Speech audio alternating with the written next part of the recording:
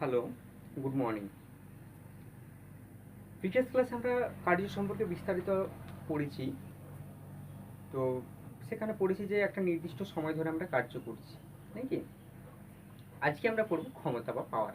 ক্ষমতা বা পাওয়ার বলতে কি, দেখো কার্য একটা নির্দিষ্ট সময় ধরে করলাম, তো সেটা আমাদের পারফেক্ট ক্যালকুলেশন দিচ্ছে না যে আমরা কতটা কার্য করছি।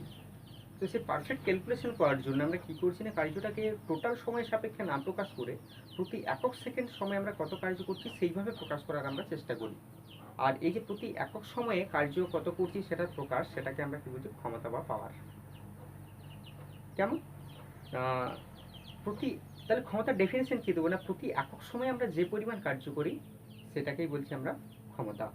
অর্থাৎ সময় সাপেক্ষে কার্য করার হারকে বলা হয় ক্ষমতা। তাহলে আমাদের ম্যাথামেটিক্যাল ফর্ম কি হবে না, ক্ষমতা ক্ষমতা সমান কার্য বাই সময়, পি ইজিক্যাল টু হচ্ছে ডাব্লিউ বাই টি। কৃতকার্য ডাব্লিউ, সময় হচ্ছে যে টি, সময়ে ডাব্লিউ পরিমাণ কার্য।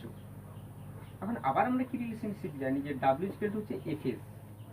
সরণের অভিমুখে যদি বল হয় তাহলে কৃতকার্য সমান এফ এস, আর হয় এফ এস কস থিটা হবে, যাই হোক। তাহলে যদি রিলেশনশিপটা আমরা বসিয়ে দিই তাহলে কি হবে, এফ এস বাই টি, নাকি? অর তাহলে এটা একটা রিলেশনশিপ আমাদের, ক্ষমতা, কার্য এবং সময়। আর এফ এস বাই টি।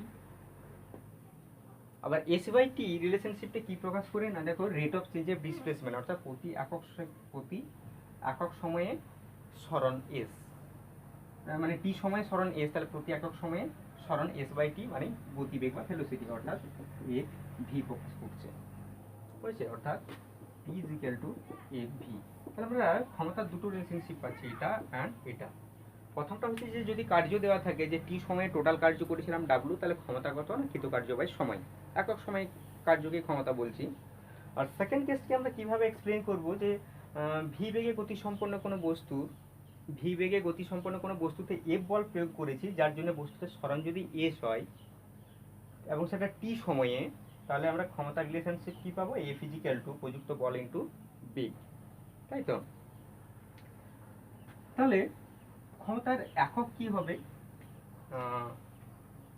ক্ষমতার একক হবে, দেখো যে ক্ষমতার একক কার্য বাই সময় আমরা জানি, তাহলে কি বলবো না, কার্যের একক বাই সময়ের একক। ক্ষমতার একক unit of power is equal two হচ্ছে কার্যের একক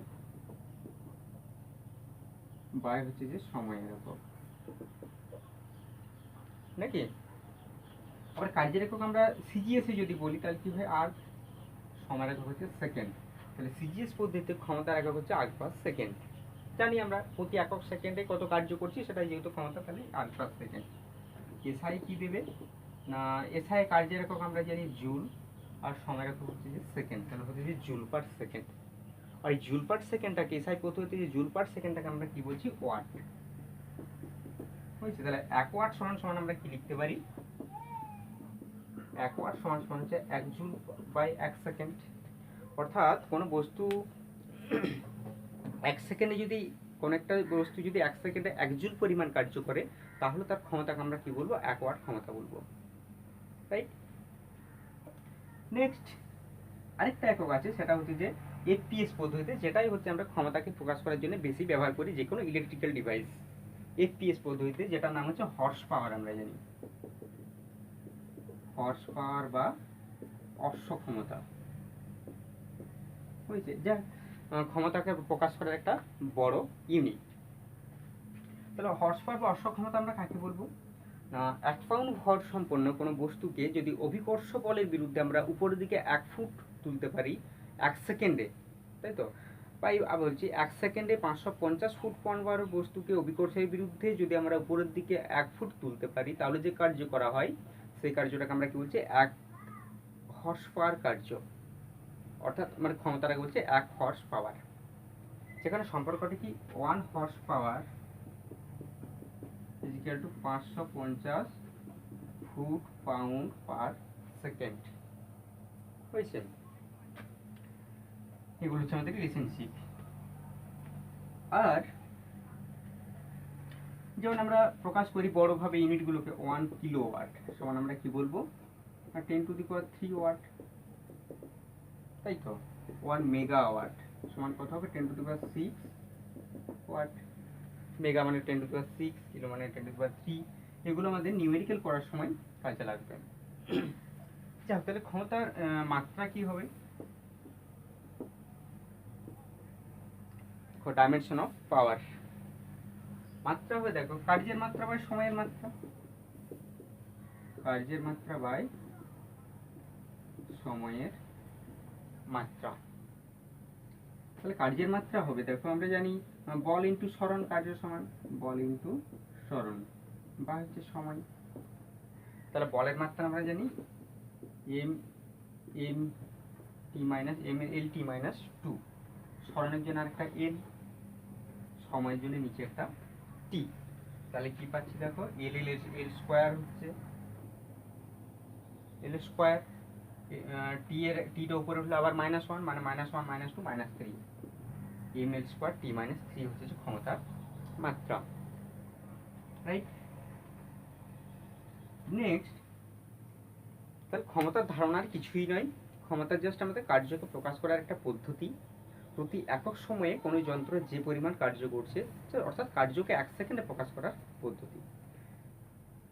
এটা আমাদের কেন ক্ষমতার ধারণাটা নিয়ে এলাম আগে বলা উচিত ছিল, যাই হোক এখন বলছি যে ক্ষমতার ধারণা না, যখন আমরা ক্যালকুলেশন করছি কোনো টোটাল কতটা কার্য করছি, ক্যালকুলেশনটা কিন্তু আমাদের এত পারফেক্ট নয়, বাট প্রতি একক সেকেন্ডে কতটা কার্য করছি সেটা আমাদের পারফেক্ট, সেটা ইলেকট্রিক্যাল ডিভাইস বলো বা আমাদের বলো, সেই জন্য ক্ষমতাটাকে আমরা এইভাবে প্রকাশ করছি।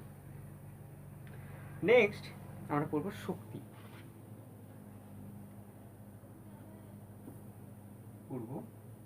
শক্তি, তাই তো, বা এনার্জি।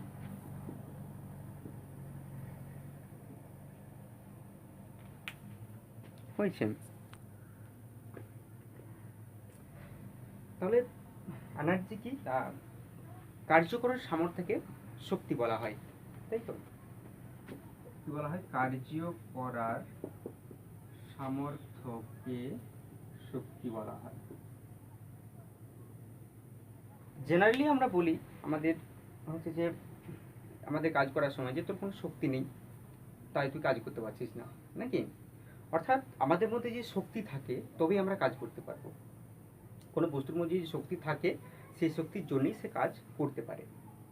এখন যে তাহলে কোনো একটা বস্তুর মধ্যে শক্তি কত আছে সেটাকে আমরা কিভাবে প্রকাশ করব? না, কোনো একটা বস্তুর মধ্যে কত শক্তি আছে সেটা সে মোট কত পরিমাণ কার্য করলো, মোট কত পরিমাণ কার্য করলো সেই মোট কার্য দিয়েই আমরা শক্তিটাকে প্রকাশ করছি। কারণ এই যে বলছি যে যদি আমার মধ্যে শক্তি থাকে তবেই আমরা কার্য করতে পারবো, অর্থাৎ আমার মধ্যে যতটা শক্তি থাকবে আমি ততটাই কার্য করতে পারবো। অর্থাৎ আমরা কি বলবো যে কার্য সমান সমান হচ্ছে যে শক্তি। আমরা কিভাবে লিখবো এটা? কার্য সমান হচ্ছে যে শক্তি, ঠিক আছে। অর্থাৎ যে শক্তির, তাহলে শক্তির এককগুলো কি হবে? না, কার্যের একক যা হবে শক্তির এককও তাই হবে। মোট শক্তি সমান মোট কার্য। তাহলে কার্যের এককগুলো আমরা জানি জুল হচ্ছে যে জুল অ্যান্ড আর, তাহলে শক্তির একক আমরা পড়বো জুল অ্যান্ড আর। মাত্রা, তাই তো, একটা স্কেলার রাশি, কার্য হচ্ছে একটা স্কেলার রাশি। এখন শক্তিটাও তাহলে একটা স্কেলার রাশি হবে। এখন যে দেখো, যখন আমরা শক্তি পড়ি, যে শক্তি আমরা দেখতে পাচ্ছি কয়েকটা ক্ষেত্রে যে কত রকমের হয়। না, আমরা দেখো যান্ত্রিক মেকানিক্যাল এনার্জি পড়ছি, হচ্ছে ম্যাগনেটিক এনার্জি পড়ছি, ইলেকট্রিক্যাল এনার্জি পড়ছি, হিট এনার্জি পড়ছি, লাইট এনার্জি পড়ছি, সব রকম এনার্জি আমরা পড়ছি। তো এগুলোকে যদি আমরা ভালোভাবে একটু অবজার্ভ করি তাহলে দেখবো যে যতগুলো এনার্জি আমরা পড়ছি না কেন, জাস্ট একটা এনার্জি থেকে আরেকটা এনার্জি জাস্ট ট্রান্সফার হয়েছে, কনভার্ট হয়েছে।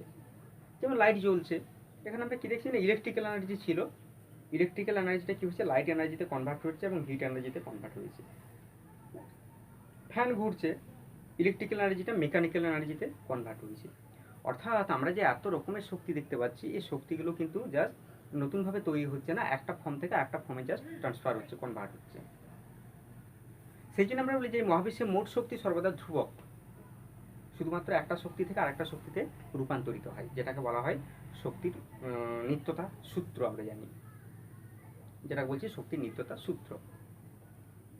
তাহলে যদিও এত পরিমাণ শক্তির মধ্যে আমরা এই চ্যাপ্টারে শুধুমাত্র পড়বো কোনটা, যান্ত্রিক শক্তি বা মেকানিক্যাল এনার্জি। যান্ত্রিক শক্তি, মেকানিক্যাল এনার্জি। তো অর্থাৎ মেকানিক্সের জন্য শক্তি, এই শক্তি আবার আমরা যান্ত্রিক শক্তিকে দুটো ভাগে ভাগ করছি। একটা হচ্ছে কি গতি শক্তি বা কাইনেটিক এনার্জি, আর একটা হচ্ছে যে স্থিতি শক্তি, পোটেনশিয়াল এনার্জি। হয়েছে? তো ফার্স্ট যান্ত্রিক শক্তি, আমরা গতি শক্তিটা আজকে স্টাডি করব। তো যান্ত্রিক শক্তি বলতে দেখো যে কোন একটা বস্তু তার আকৃতি, অবস্থান, গতি, এই তিনটা কারণের জন্যে যে শক্তি পায় এবং যার জন্য সে কার্য করতে পারবে। এই তিনটা কারণের জন্য সে শক্তি গেইন করবে এবং সেই শক্তি দিয়ে সে কার্য করতে পারবে। তাহলে এই তিনটা কারণের জন্য শক্তিকে আমরা কি বলছি না যান্ত্রিক শক্তি। যেমন হাতুড়িকে ধরো আমরা উপর দিকে তুললাম, দিয়ে যখন ফেলছি তখন সে শক্তি লাভ করেছিল বলে কার্য করছে। একটা পাথরকে আমরা ছুঁড়লাম, পাথরটাকে কাঁচে আঘাত করলো, কাঁচটা ভেঙে গেল, মানে পাথরটাকে ছুঁড়েছি, সে গতিবেগের জন্য গতিশক্তি লাভ করেছে, সেই গতিশক্তিটা কার্যতে কনভার্ট হচ্ছে এবং কাঁচটা ভেঙে যাচ্ছে।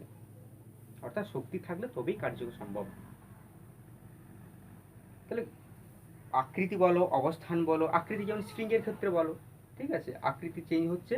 একটা হচ্ছে যে ঘড়ির আমরা স্প্রিংকে গুটিয়ে দিচ্ছি, দিয়ে সারাদিন ধরে সে একটু একটু স্প্রিংটা হচ্ছে খুলছে তার কুঁচকানো অবস্থান থেকে এবং ঘড়িটা চলছে, আগেকার দিনে যে দম দেওয়া ঘড়িগুলো। অর্থাৎ তার আকৃতির জন্য শক্তি লাভ করেছিল, সেই শক্তিটা কার্যতে কনভার্ট হচ্ছে। তাহলে যদি শক্তি থাকে তবেই কাজ করতে পারবে। এবং যান্ত্রিক শক্তি তার মধ্যে কোনগুলো না আকৃতি, অবস্থান এবং গতি, এই তিনটা কারণের জন্য কোনো বস্তু যে শক্তি গেইন করে, শক্তি লাভ করে এবং যার জন্য সে কার্য করতে পারবে, এই শক্তিগুলোকে আমরা কি বলছি না ওই বস্তুর যান্ত্রিক শক্তি। তো ফার্স্ট আমরা পড়বো না তা হচ্ছে কি গতিশক্তি। গতিশক্তি বা কাইনেটিক এনার্জি। তাহলে এখানে ডেফিনেশন কি দেবো না, কোনো বস্তু তার গতির জন্য সে গতিশীল ছিল, যার জন্য যে শক্তি লাভ করছে এবং সেই শক্তি দিয়ে সে কার্য করতে পারবে। অর্থাৎ গতির জন্য যে শক্তি লাভ করছে সেই সেই সেই শক্তিকে আমরা কি বলছি ওই বস্তুর গতিশক্তি। ওই যে বললাম পাথর ছুঁড়ছি, বা গতির জন্য সে শক্তি লাভ করছে, দিয়ে সে কাঁচটাকে গিয়ে ভাঙছে, মানে কার্য করছে। পাহাড় থেকে জল আসছে, তীব্র বেগে জল আসছে, মানে গতিশীল আছে, সেই গতির জন্য তার মধ্যে গতিশক্তি আছে, গতিশক্তির জন্য সে টারবাইনকে ঘোরাচ্ছে এবং আমরা বিদ্যুৎ পাচ্ছি। অর্থাৎ টারবাইনকে ঘোরাচ্ছে মানে কি হচ্ছে, গতিশক্তি থেকে সে জলটা হতে যে কার্য করছে। তাহলে আমরা জানি যে শক্তিকে আমরা প্রকাশ করতে পারি না, আবার বলছি আমরা কাকে প্রকাশ করি, কার্যকে প্রকাশ করতে পারি না। আমরা হচ্ছে শক্তিকে প্রকাশ করতে পারি না, আমরা প্রকাশ করি কি কার্যকে। কার্য সমান শক্তি। তাহলে কোনো বস্তুর মোট শক্তি প্রকাশ করার জন্য আমরা কোথায় ফিরে যাবো না কার্যতে ফিরে যাবো, কারণ মোট যতটা কার্য করবে সেটা হচ্ছে তার মধ্যে সঞ্চিত শক্তি। তাহলে গতিশক্তি আমরা কিভাবে ক্যালকুলেশন করব না, ধরো গতিশক্তির পরিমাপ, গতিশক্তির পরিমাপ, মেজারমেন্ট অফ কাইনেটিক এনার্জি। ধরো যে এম ভর সম্পন্ন কোনো বস্তু ভি বেগে গতিশীল, এম ভর সম্পন্ন কোনো বস্তু ভি বেগে গতিশীল, আমরা বস্তুটার উপরে এফ পরিমাণ বল প্রয়োগ করলাম, বাধা বল। তাহলে ভি বেগে বস্তুটা এভাবে গতিশীল হচ্ছিল, একটা ট্রাক ধরো হচ্ছে যে গতিশীল অবস্থায় আসছে, আমরা এফ বাধা বল, এভাবে এফ বাধা বল দিয়ে মানে ঠেলে তাকে আটকানোর চেষ্টা করছি। তাহলে ট্রাকটা কতক্ষণ পরে থামবে না, যতক্ষণ তার তার প্রাথমিক যে গতি ছিল সেই গতির জন্য সে একটু একটু আমাদের বল, আমরা যে বলটা দিচ্ছি তার বিরুদ্ধে কার্য করবে। যতক্ষণ তার গতিশক্তি থাকবে আমাদের বলের বিরুদ্ধে কার্য করতে থাকবে, যখন তার গতিশক্তিটা শেষ হয়ে গেল, আমাদের বলের বিরুদ্ধে আর কার্য করতে পারছে না, তখন ট্রাকটা কীভাবে দাঁড়িয়ে যাবে। অর্থাৎ ট্রাকটার গতিশক্তি আমরা কীভাবে পরিমাপ করবো না, আমাদের বলের বিরুদ্ধে ট্রাকটা কতটা কার্য করলো সেটা হচ্ছে ট্রাকটার গতিশক্তি। সেই রকমই অনেকটা বস্তু ধরো এম ভরের বস্তু ভি বেগে আসছিল, আমরা এফ বাধা বল দিয়ে বস্তুটাকে থামানোর চেষ্টা করছি। তাহলে থামার আগে পর্যন্ত অর্থাৎ তার অন্তিম বেগ কত হবে না, অন্তিম বেগ 0 হবে, যেহেতু থেমে যাচ্ছে। থামার আগে পর্যন্ত ধরে নিলাম সে এস দূরত্ব অতিক্রম করেছে, থামার আগে পর্যন্ত টি সময়ে এস দূরত্ব অতিক্রম করেছে, কারণ টি সময় ধরে আমরা বল প্রয়োগ করছি, এস দূরত্ব অতিক্রম করেছে। এবং দেখো আস্তে আস্তে যেহেতু থামছে, মানে তার মন্দনটা কত হবে, আমরা ধরে নিলাম যে এ মন্দন নিয়ে সে আস্তে আস্তে থামলো। অর্থাৎ আমরা কি লিখতে পারি এখান থেকে না v square is equal to u square minus 2as, এই সমীকরণ থেকে আমরা লিখতে পারি, যেহেতু তার অন্তিম বেগটা 0, মানে হচ্ছে আমরা ধরে নিচ্ছি যে আচ্ছা এটা ইউ ধরো, যে ইউ বেগে আসছিল ট্রাকটা, তাহলে v square is equal to u square minus 2as, অন্তিম বেগটা কত হচ্ছে এখানে 0, তাহলে কত হচ্ছে যে u square is equal to 2as, আর আচ্ছা এটা রেখে দিলাম, u square is equal to 2as। Next আবার আমরা জানি যে যেহেতু আমরা এ বল প্রয়োগ করেছিলাম এবং কত ত্বরণ লাভ করেছি, কত মন্দন নিয়ে থামলো ট্রাকটা আমরা এ, এবং ভর হচ্ছে যে এম, তাহলে আমরা লিখতেই পারি F physical to m a হয়েছে। তাহলে u square is equal to 2as, and তাহলে কৃতকার্য কত হবে, না কৃতকার্য সমান সমান হবে, ট্রাক দ্বারা কৃতকার্য সমান হবে এফ ইন্টু এস নাকি, এই দুটো সম্পর্ক থাকছে। আমরা এবারে ট্রাকটা কতটা কৃতকার্য করলো আমাদের বলের বিরুদ্ধে, যে কনসেপ্ট আমি বললাম একটু আগে, সেই সাপেক্ষে কৃতকার্য সমান এফ এস, তাহলে এফ সমান আমরা কি বসাতে পারি এখানে m a, and s is equal to এখান থেকে বসাতে পারি, দেখো এখান থেকে আমরা কি পেয়েছি এখানে you square is equal two 2as, और 2as is equal to u square, और এস ইজিক্যাল টু হচ্ছে যে সরি এ ইজিক্যাল টু হচ্ছে যে মানে এস ইজিক্যাল টু হচ্ছে ইউ স্কোয়ার বাই 2a হয়েছে। তাহলে এই সমীকরণ থেকে যদি আমরা এর ভ্যালুটা বসাই ইউ স্কোয়ার বাই সরি মানে এস এর ভ্যালুটা বসিয়ে দিই u square by 2a, u square by 2a, তাহলে এখানে এ কেটে গিয়ে কি পড়ে থাকছে না half of m u square. অর্থাৎ দেখো যে ট্রাকটা আমাদের যে বাধা বল, আমরা যে প্রযুক্ত বাধা বল দিচ্ছি এফ এর বিরুদ্ধে টি সময়ে এস স্মরণ করছে এবং এ মন্দনে যাচ্ছে, সে থামার আগে পর্যন্ত কতটা কৃতকার্য করলো না half of m u square, সে ইউ প্রাথমিক বেগে আসছিল।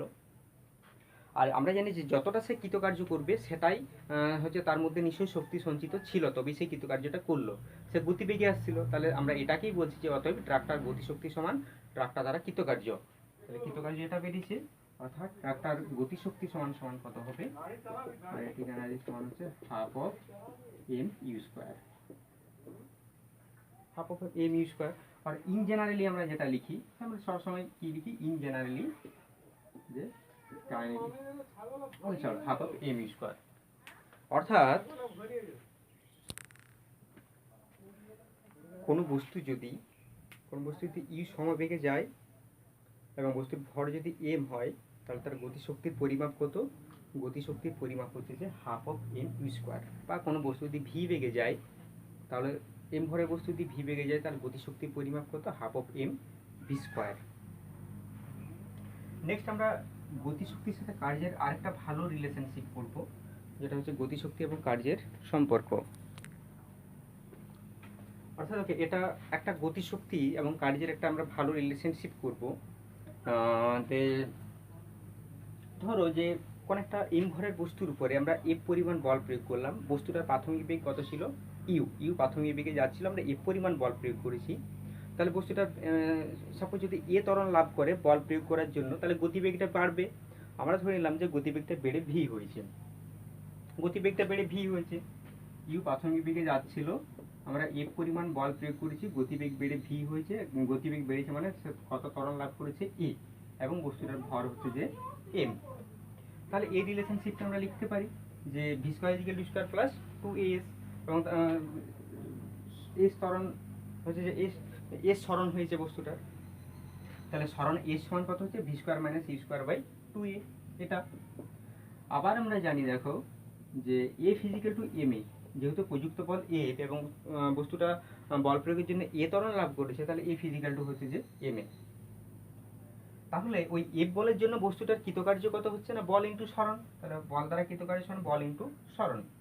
আর তাহলে বলের জায়গায় আমরা কি লিখছি F physical to m a বসিয়ে দিলাম, কারণ স্মরণের জায়গায় আমরা কি লিখছি v square minus u square by 2a, সেটা বসিয়ে দিলে এ কেটে যাচ্ছে, কেটে গেলে দেখো কি পড়ে থাকছে না এম ভি স্কোয়ার মাইনাস হচ্ছে এম ইউ স্কোয়ার বাই 2, এটা পড়ে থাকছিল।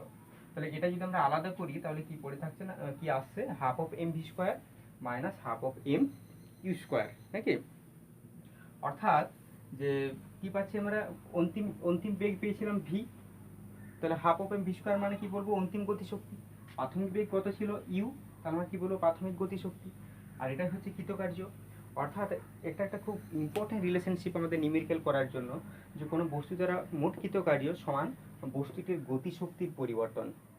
The total work done of A body is equal to change of kinetic energy of the body. Total work done is equal to change of kinetic energy of the body. খুব important একটা relationship. কৃতকার্য সমান হচ্ছে যে কৃতকার্য সমান অন্তিম গতিশক্তি minus প্রাথমিক গতিশক্তি। এটা দিয়ে অনেক নিউমেরিক্যালগুলো আমরা করতে পারবো। ওকে, চলো আজকে এই পর্যন্ত থাক, নেক্সট ক্লাসে আমরা বাকিটা করবো। বাই, ভালো থেকো।